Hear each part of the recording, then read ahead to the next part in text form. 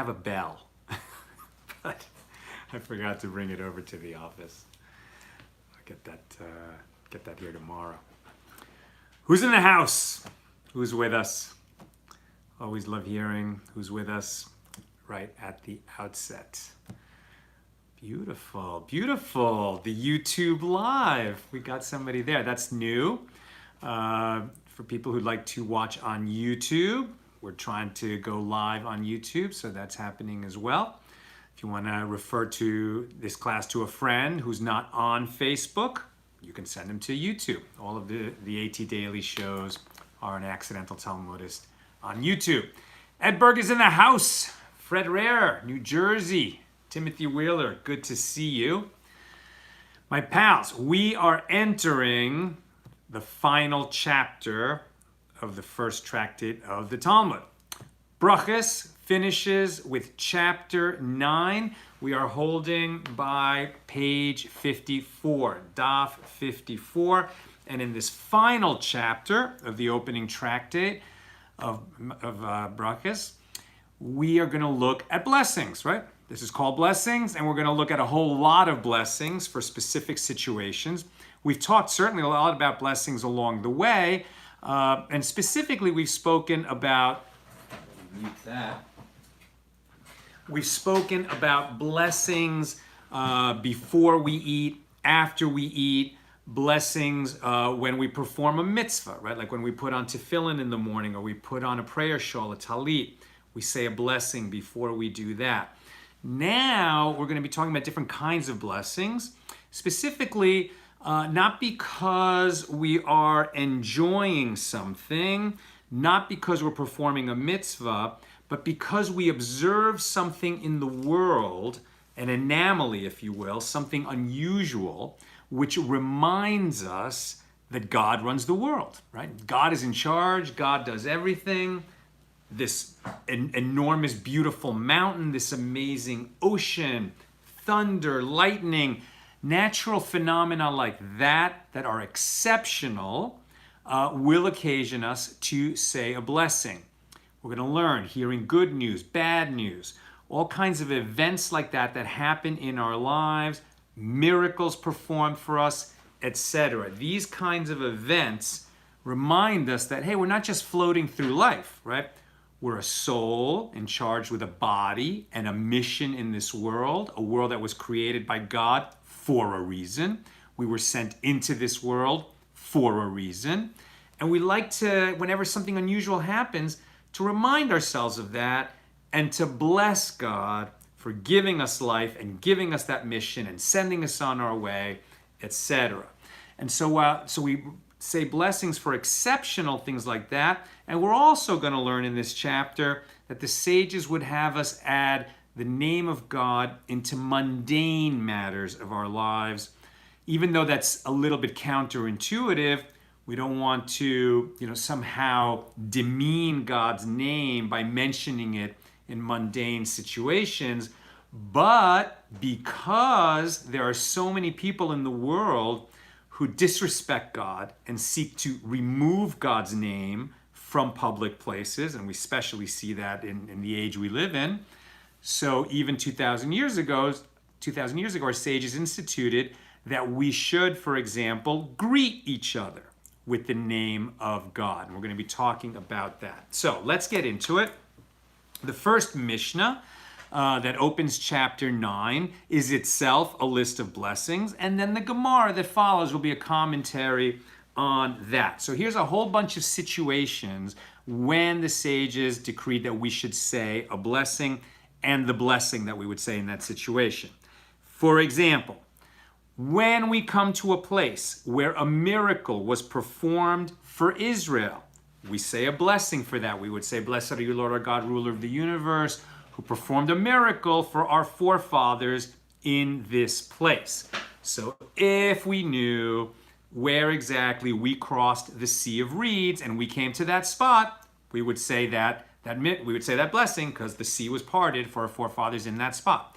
If we knew where Mount Sinai was, there are some people, scholars, other traditions who say that they've identified Mount Sinai in the desert, between Egypt and Israel. But our sages do not believe that we know, and since our sages didn't pass it down to us, we don't know where Mount Sinai was, so we can't say it there. But there are some places which our sages mentioned that if we found them, we would say that blessing for the miracle for our forefathers. For example, the rock that Moses sat on while the people were doing war with Amalek, and when Moses would raise his hands, the battle would go better. If we saw that rock. If the Sea of Reeds is a good one, the Jordan River, because there was a time when that river was parted so that people could cross through, and other locations like that. Even certain hailstones that were suspended in the air. So we don't know where those places are. They don't. That situation doesn't exist where we could come upon it. But if, for example, the Messiah came or a new prophet came that was real and proven, and then said, this is where it happened, so then we would recite that blessing in that spot. If we come to a place where there was idolatry being performed in the land of Israel, and then the idolatry was removed, so then we would say the blessing, blessed are you, Lord our God, ruler of the universe, who eradicated idolatry, avodah zarah, from this place, from our land. Who eradicated idolatry from our land. If we come upon natural phenomena, as I mentioned earlier, thunder, lightning, a beautiful, exceptionally tall mountain, or a sea, or a beautiful river, something naturally spectacular and which we had not seen in the last 30 days, then we would say, blessed are you, Lord our God, the author of creation. For thunder, and there's a little bit of a dispute about which blessing for which of these situations. So I would refer you to Berachos.org, Brachos.org. If you are a Jew, these are commandments for Jews, by the way. So if you're a Jew and you come upon one of these situations, and you're not sure which blessing to say, so you go to Berachos.org. It's not mentioned here in this Mishnah, but if you see a rainbow, that's another one. There's very particular formulas for those things. And so there's some disagreement, for example, on thunder and lightning, whether we say the author of creation, blessed are you, Lord our God, ruler of the universe, the author of creation, or blessed are you, Lord our God, ruler of the universe, whose might, whose might and strength fill the universe. Let me get that right. Whose strength and power fill the world, right? Whose strength and power fill the world. I'm pretty sure that it's accepted that we say that when we hear thunder, but when we see lightning, it's a little different. Then we would say the author of creation. At any rate, if you're not sure on natural phenomena, look that one up. If we hear bad news, particularly if we hear about the death of a person, right? So then we would say, blessed are you, Lord our God, ruler of the universe, the true judge, right? And if we hear good news, so then we say, blessed are you, Lord our God, ruler of the universe, who is good and does good. If we purchase a new house, or we get significant new vessels, right? Vessels, could be pots and pans, could be other kinds of objects. Some people say even really beautiful clothing. If you get a Rolex, I'm not sure. I'd like to ask a rabbi about that, but I suspect that if you get a Rolex and it's really meaningful to you, so then you would say a blessing that we also say on the first night of some holidays, for example, Passover, right, and Hanukkah. And there we say, blessed are you, Lord our God, ruler of the universe, who has given us life, sustained us, and brought us to this time. It's a very beautiful blessing, and we often sing it. We often sing that blessing. While we're learning about this, that we say blessings for good news and for bad news, as part of that discussion, our sages mention that we want to be careful. This is not about a blessing, this is about a prayer, right? If, for example, your wife is pregnant and you say, oh, I pray that when it's born, that she will give birth to a boy. We don't make that prayer. Likewise, if you're approaching your town and you hear a scream come from the town and you say, and you want to pray that that scream is not coming from your house, that some tragedy didn't befall your house. We don't make that prayer because it's a vain prayer. If she's pregnant, there's already something in there and it's, one gender or another. So that's not going to be affected by your prayer at this point. Let's say biological gender is what we're talking about here. And with regard to the scream that came from the town, something already happened. You can't pray that it didn't happen to your family because whatever happened already happened, right? We wouldn't make a vain prayer. When we're beseeching God that a good thing should happen for us, it has to be over something that has not already happened, lest we make a vain prayer. And that principle that we don't want to make a vain prayer and we don't want to make a blessing in vain, very important for the sages. But blessing for stuff that happens to us, now this is different, right? Not praying for that it won't happen, but blessing for things that have already happened. So the teaching from our sages is very clear, very strong. We want to make blessings to God. We want to bless God when really good things happen to us and when really bad things happen to us. Right? We want to bless God for the bad as well as for the good. That's a difficult spiritual practice when something bad is happening to us, obviously. And that's the purpose of this teaching. When something bad is happening to us, it's actually for our own good to remember that there's a reason for it. There's meaning in it, right? God had a purpose. We may not understand it while we're alive. No one may be able to explain it to us. But because we trust that God is a true judge, we will bless God even when bad things happen to us. What is the source for the teaching, blessing God for the bad and for the good? It's actually from the Shema, the basic declaration of God's sovereignty in our lives. That was the subject of chapter 1 of Berachos, with which we opened this tractate. In the beginning, we were talking about reciting the Shema, accepting the yoke of the kingdom, of the yoke of heaven, the yoke of God's sovereignty. And we say, Hear, O Israel, the Lord our God, the Lord is one. And then we go into, and you shall love the Lord your God with all your heart, with all your soul, and with all your might. Or some translate resources. So, we shall love the Lord your God with all your heart. From that we learn, this is beautiful, love the Lord your God with all your heart. All your heart means that we should love God with both our inclinations, our good inclination and our evil inclination, right?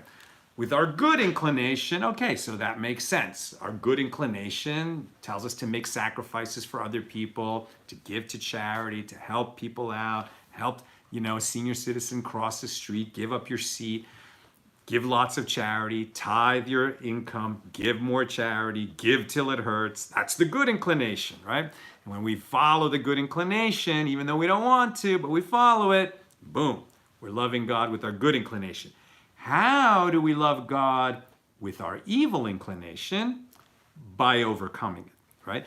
And it's important to understand that the more holy work, the more spiritual work we do, the more self-improvement we do to become a mensch, to become somebody who is worthy, to become, that, as Bruce Springsteen said, sooner or later, you got to start being that adult that you plan to be someday. Right? And so when you act like a mensch and get better at it and become more of a mensch, so then your evil inclination is sort of lying in the bush, getting stronger, right? That's a line from Apocalypse Now, right? About the enemy, that Charlie's squatting in the bush, getting stronger, right? So the more we overcome our evil inclination and become more of that, that image of ourselves as a respectable, upstanding member of society who can be counted on, the more our evil inclination will be lurking, ready to tempt us, ready to make us go off track, ready to make some big mistake, ready to do some big and regrettable thing. And we need to understand how that evil inclination works so that we can battle against it, wage war against our evil inclination on a daily basis. And that's what it means to be a spiritual warrior, a warrior for your soul. That is how we love God, with all our heart. You shall love the Lord your God with all your heart and all your soul. What does it mean to love God with all your soul? This we learn from Rabbi Akiva. To love God with all your soul means even if he takes it from us, right? And that is an unusual situation. May we never encounter it. That is when you're asked to be a martyr for God, right? So, for example, there are 3 things that you don't do, even though it's pain of death. Somebody says, I will kill you unless you go kill that person. You don't do it, right? You don't do it because you love God, because you're a mensch, because you're a person who cares about the law. Even though, it's to save your own life, you won't go kill an innocent person. Self-defense, obviously, totally different. But if a thug says, go kill that innocent person or I'm going to kill you, you have to lay down your life. If the thug says, desecrate God, go worship an idol, bow down to an idol. There's actually some dispute about that. Some say we're commanded to martyr ourselves in that situation, and some say we're permitted to martyr ourselves in that situation. We're going to leave that for another day. And likewise, forbidden sexual relations. If somebody says, go commit incest or I'm going to kill you, you don't do it. Go, God forbid, commit rape or I'm going to kill you, you don't do it. Okay? So those are the things, even if God takes your soul, you're in a situation where you have to give up your soul, that's loving God with all your soul. And then we come to the point of this particular teaching, which is, what does it mean to love God with all your might or with all your resources? One definition of that is with your money. As much money as it takes to do the right thing, right? Meaning, at the very least, tithe your income. Set aside at least 10% of all your income for righteous causes. And some say that with all your might means blessing God for everything that comes our way. Whether it's great or terrible, we bless him. And it takes tremendous strength to bless God for all the bad stuff that comes our way. Okay. So now we've talked about blessing God in exceptional situations, because you saw a great manifestation in nature, an amazing phenomenon, or something exceptionally good happened to you, or something exceptionally terrible happened to you, etc. These are unusual situations where we want to remember to bless God, anomalies in our life that remind us to bless God. But our sages also said that we want to introduce God's name into mundane situations, specifically greeting each other, right? Because there are so many people in the world who don't respect God, who don't respect faith, particularly in the modern world, who are, militantly trying to remove God's name, from the public spaces of our world. This has nothing to do with separation of church and state. I'm not talking about that. But the idea that people just disrespect God and call faith a superstition and silliness, etc., we counteract that by, in our conversation, saying, God bless you, when somebody sneezes, or saying, when we say goodbye in English, that the origin of goodbye is God be with you, right? So when you would take leave from people, you say, God be with you, and it turned into goodbye. When we say hello, I was really looking, just before I came on today, I was researching hard, trying to find a connection between the word in English, hello, and holy or hallow, which have to do with matters of holiness. So the online sources that I could find and the online dictionaries claim that there is no connection between hello and hallow. I'm not sure I believe it, but okay, I'm not going to make a claim that is contradicted by at least the most common online sources. However, how do Jews say hello to each other? We don't say hello, we say shalom. Shalom means peace, but our sages teach shalom is one of the names of God. So when you say to somebody, peace be with you, or just peace, right? Or shalom aleichem, right? Peace to you, peace be upon you. That is a way of saying God be with you, right? Shalom be upon you, right? May God be upon you. May God's peace be upon you. It's a very beautiful greeting and a way to bring God's name into, the typical situations of life, so that we are mindful of God. The purpose of all these blessings and all these, using God's name in our greetings. Why? So that we're mindful that we live in God's world. And when we're mindful that we live in God's world, we're reminded that we have a purpose for being here. We have a mission. We've been given just the tools we need for completing our mission. And so we got to get on with that work. If you come to a place, we mentioned earlier, if you come to a place where a miracle was performed for the Jewish people. So there's a blessing for that, right? Blessed are you, Lord our God, ruler of the universe, who performed a miracle for our forefathers in this place. If you experienced a miracle, like you had a miraculous salvation from a car crash, you were in a terrible crash that should have killed you. My friend Simon was riding his bicycle. If somebody's listening, he knows my friend Simon. I won't say his last name to embarrass him, but my friend Simon was riding on the Pacific Coast Highway.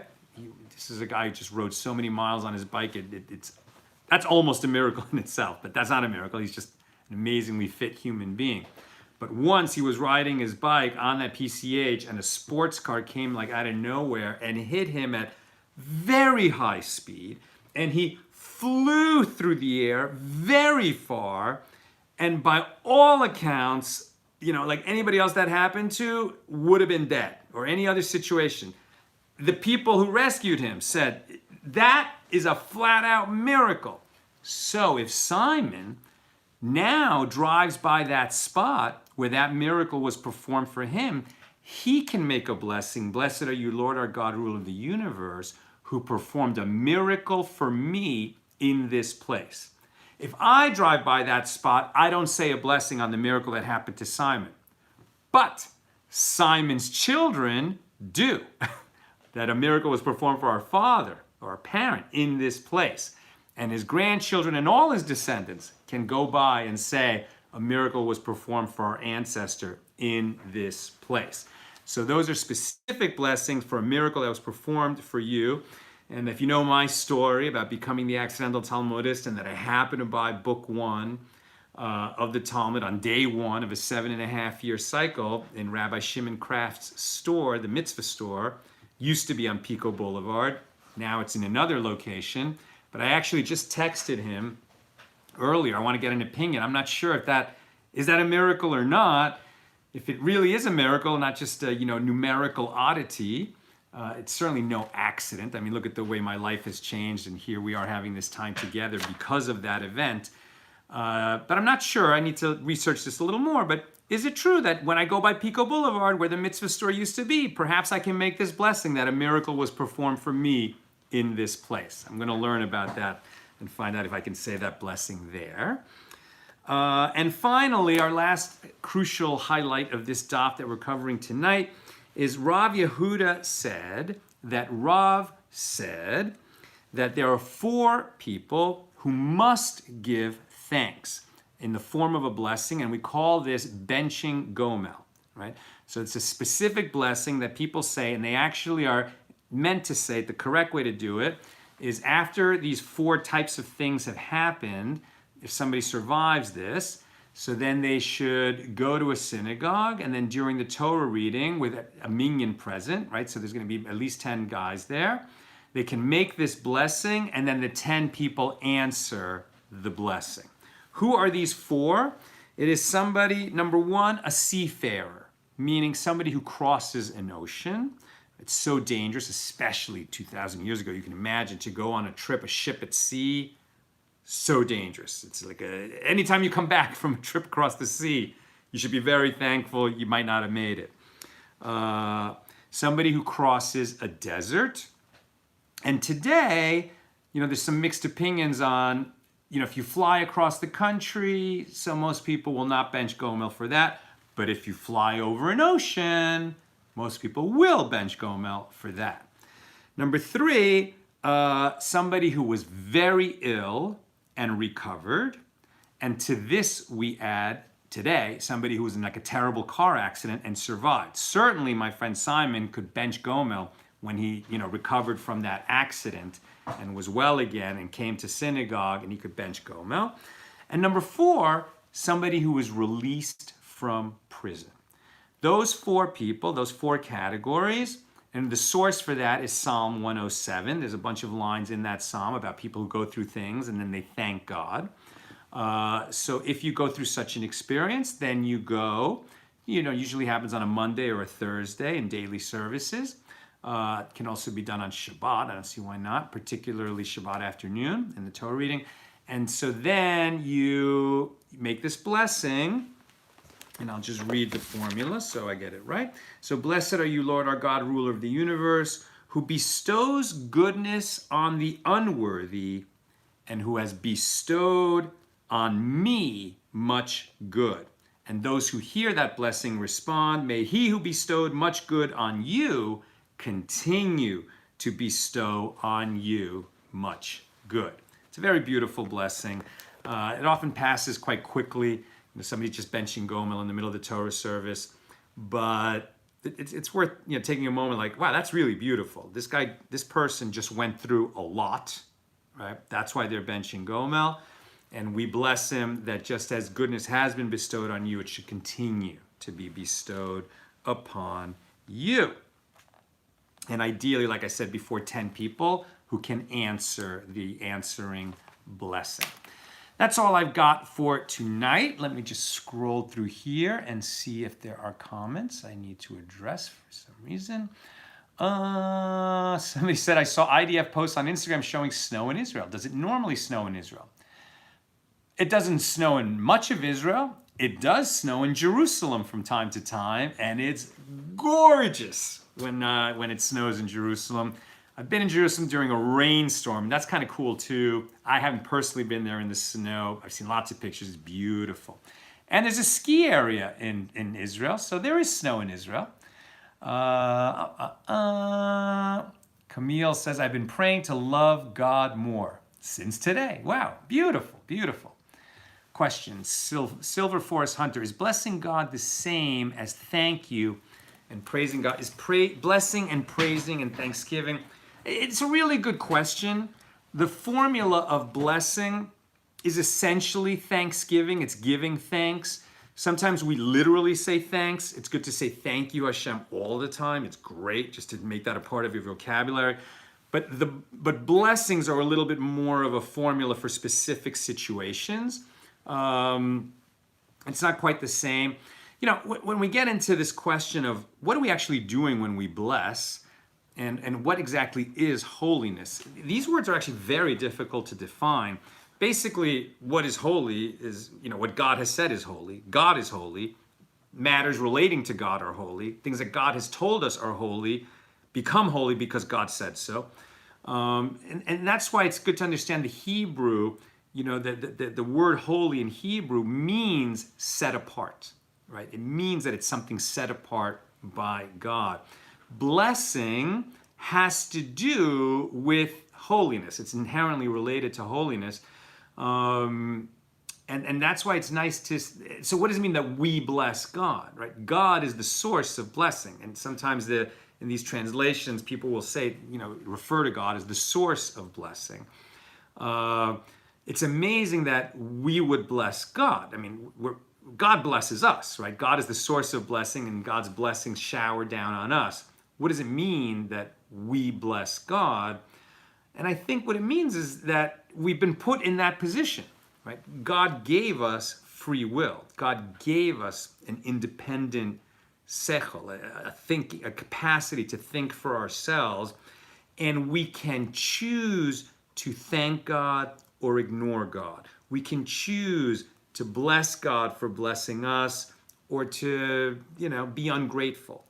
And so because we've been given that choice, it's meaningful to God. God has told us that it's meaningful to God for us to bless him, for us to thank him, for us to praise him.